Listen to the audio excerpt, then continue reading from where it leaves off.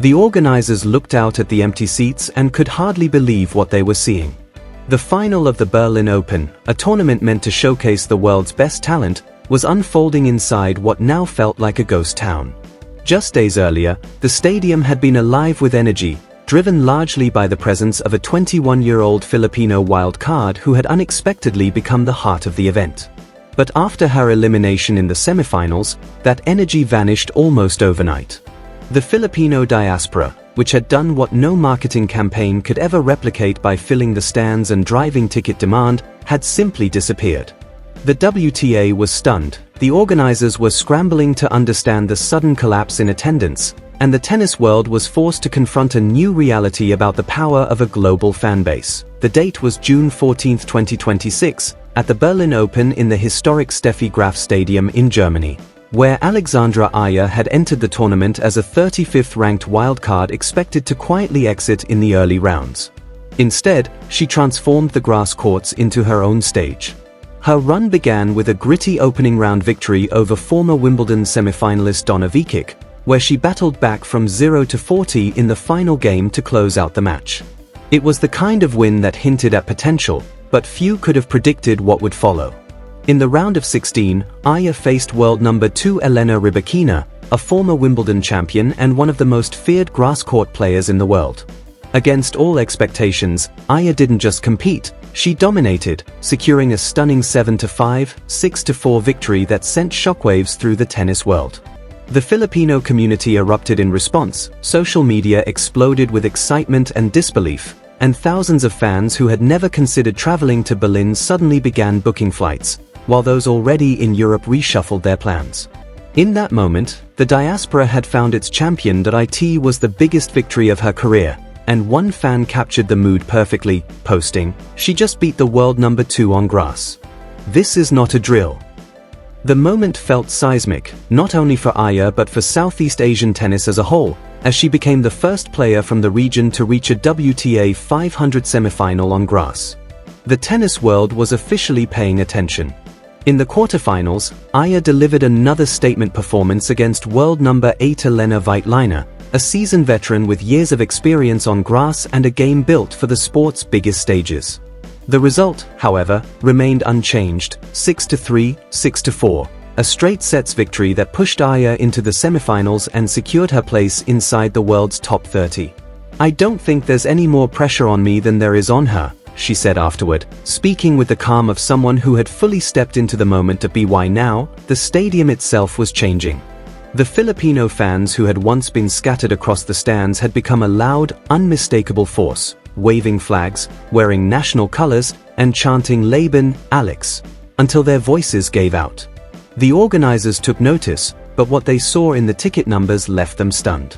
Semifinal demand had exploded beyond capacity, with more tickets sold than the venue could physically hold. It didn't make sense on paper, until the answer became clear: Alex Aya. The Filipino diaspora had mobilized on a scale nobody anticipated, with fans flying in from London, Paris, Rome, and Madrid, taking time off work, spending heavily, and traveling across continents just to witness a 21-year-old wildcard's rise on grass. The organizers scrambled to expand seating, reopening sections of the stadium that had been closed for years to accommodate the unexpected surge. Extra security was brought in to manage the growing crowds. "It's unlike anything we've ever seen," a tournament spokesperson admitted during a hastily arranged press conference. "The demand for tickets is overwhelming. We're doing everything we can to accommodate everyone." But behind the logistics crisis, the organizers were confronting a deeper truth about the sports ecosystem. They had underestimated the Filipino diaspora, and they had underestimated Alex Aya.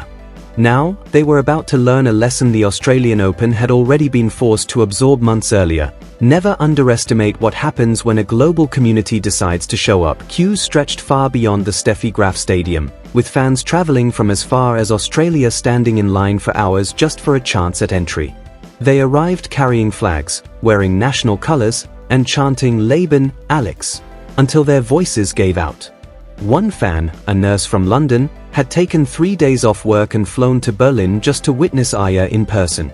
"I've been following her since she was 16. I never thought I'd get to see her live. This is a dream come true," she said, tears streaming down her face. The German media quickly took notice. Newspapers ran front-page stories about what they called the Filipino invasion, while local broadcasters sent crews to capture the scenes outside the stadium.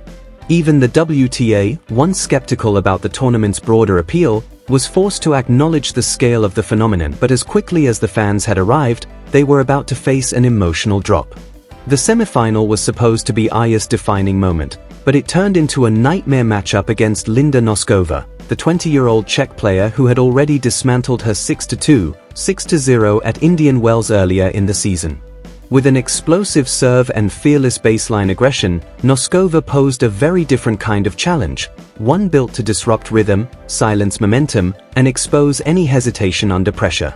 Producing 9 aces and a stream of short returns that allowed her to dictate play from the very first ball, Noskova immediately seized control of the match. Aya, visibly hampered by what appeared to be shoulder and elbow discomfort, struggled to find rhythm on return as Noskova piled up 33 winners throughout the contest. The scoreline read 6-2, 6-4, completed in just 1 hour and 9 minutes. The dream run that had captivated thousands was over. Aya walked off the Steffi Graf Stadium court with her head held high, but the weight of the moment was unmistakable on her face. The 21-year-old had achieved milestones no Filipino tennis player had reached before, defeating a world number 2, overcoming a world number 8, reaching her first WTA 500 semifinal, breaking into the world's top 30, and earning $99,565 in prize money along the way. But the trophy was not hers, and the final would go on without her. In the stands, there was no anger, no chaos, only silence. One by one, thousands of Filipino fans stood up, many with tears in their eyes, and applauded.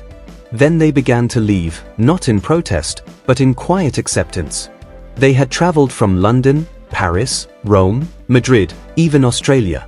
They had taken time off work, spent money they didn't have, waited in long queues, waved flags, worn national colors, and chanted Laban, Alex until their voices faded. And now, for them, the tournament was over. The next day, the organizers were left staring at a scene they could not understand. The final of the Berlin Open, meant to showcase the sport's biggest names, was played inside a half-empty, almost ghost-like stadium. Jessica Pegula and Linda Noskova contested the title in front of a crowd that was barely a fraction of capacity, a stark contrast to the packed, electric atmosphere of Aya's matches. The WTA was stunned, the organizers were scrambling, and the tennis world was forced to confront a new reality. The power of the Filipino fan base had arrived, and it could reshape the sport in ways no one had predicted. Underestimated the impact of Alex Eala's presence. The Filipino community didn't just come to watch tennis, they came to watch her. When she was eliminated, they had no reason to stay. The numbers told the story. The semifinals had sold out within hours of Aya's quarterfinal victory, while the final, meant to be the showcase event, struggled to fill seats despite every effort to boost attendance. Organizers offered discounts, distributed free tickets to local schools, and pushed last-minute promotions, but nothing worked. The fans had already spoken with their absence. Aya herself, watching from the stands, was visibly moved by what she had witnessed throughout the week. She knew she hadn't played her best in the semifinal, but the support she received in Berlin was something she would never forget. In a post on social media, she simply wrote, "Berlin, you are so special. Thank you for everything." The tennis world had seen echoes of this before: the Australian Open, the Dubai Open, the Italian Open, but Berlin made it undeniable. Never underestimate the Filipino diaspora. They don't just show up, they show up in numbers that can shift the economics of the sport itself. And when their champion falls, they can disappear just as quickly. The final was eventually played, with Jessica Pegula lifting the trophy, but the empty seats told a story no result could erase. Alex Eala had become more than a tennis player, she had become a movement, and the sport was only beginning to understand what that meant. The semifinal itself had already felt like the turning point. Linda Noskova, the 20-year-old Czech player who had previously dismantled Aya 6-2, 6-0 at Indian Wells earlier in the season, proved to be a brutal matchup once again. Her explosive serve dictated the rhythm from the opening ball, firing 9 aces and generating countless short returns that allowed her to control play. Aya, visibly hampered by what appeared to be shoulder and elbow discomfort, struggled to find answers as Noskova took command of the match from start to finish. Struggling with her returns, Aya watched as Noskova capitalized ruthlessly, finishing the match with 33 winners across the board. The scoreline read 6-2, 6-4 in 1 hour and 9 minutes. The dream run that had captured the hearts of thousands was over. Aya walked off the Steffi Graf Stadium court with her head held high, but the weight of the moment was impossible to hide. The 21-year-old had achieved what no Filipino tennis player had ever done before. She had beaten a world number 2, she had beaten a world number 8, she had reached her first WTA 500 semifinal, she had broken into the world's top 30, and she had earned €99,565 in prize money along the way. But the trophy was not hers, and the final would go on without her. The final of the Berlin Open was played on Sunday afternoon, with Jessica Pegula and Linda Noskova stepping onto the Steffi Graf Stadium court to only a smattering of polite applause. The same stands that had been overflowing with Filipino flags just 24 hours earlier were now a sea of empty seats. Organizers had tried everything: discounts, free tickets for local schools, last-minute promotions, but nothing could recreate the energy that had already come and gone. They had done everything they could to fill the stadium, but nothing worked.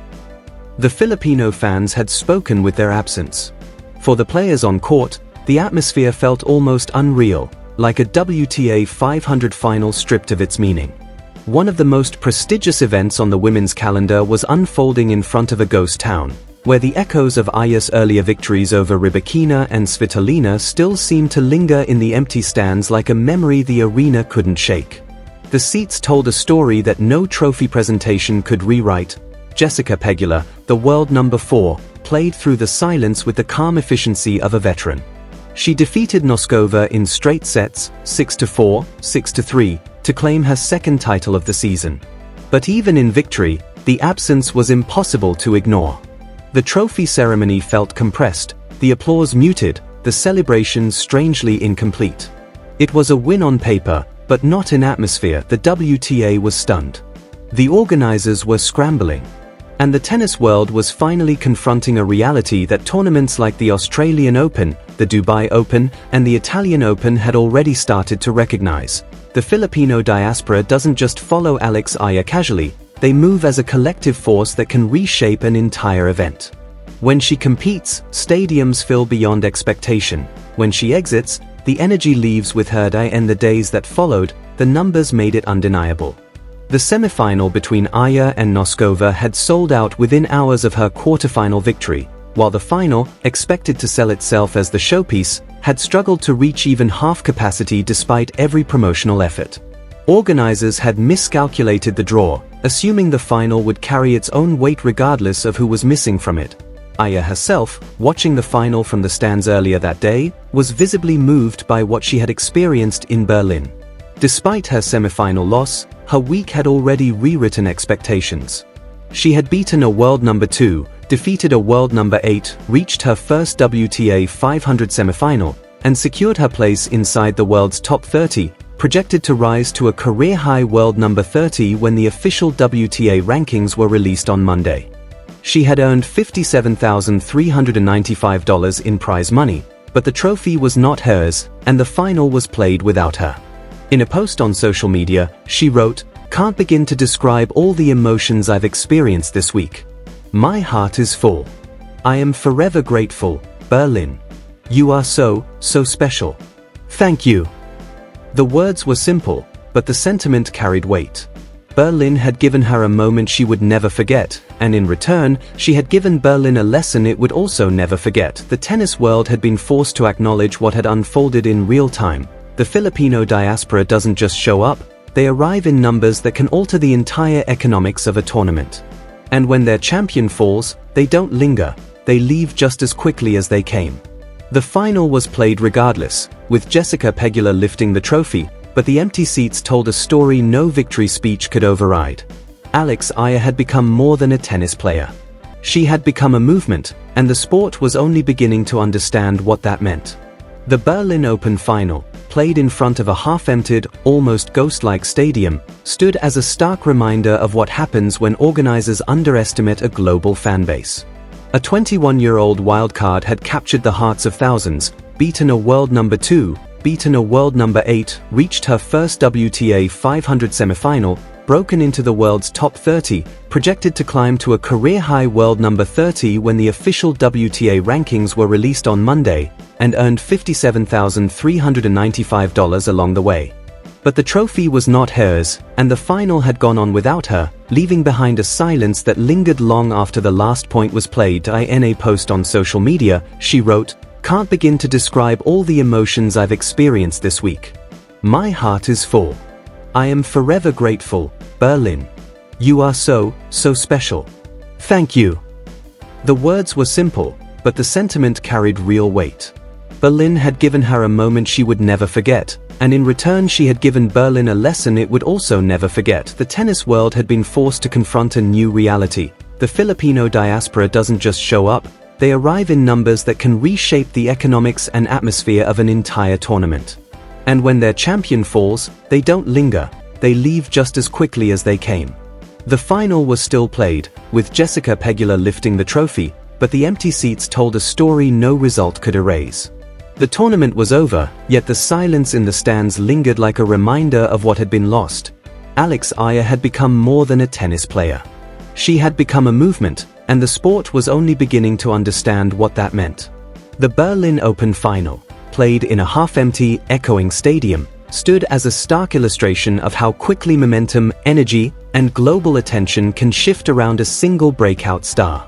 A 21-year-old wildcard had beaten a world number 2, beaten a world number 8, reached her first WTA 500 semifinal, broken into the world's top 30, and earned $57,395 along the way. But the trophy was not hers, and the final went on without her, leaving behind a story the scoreboard could never fully tell.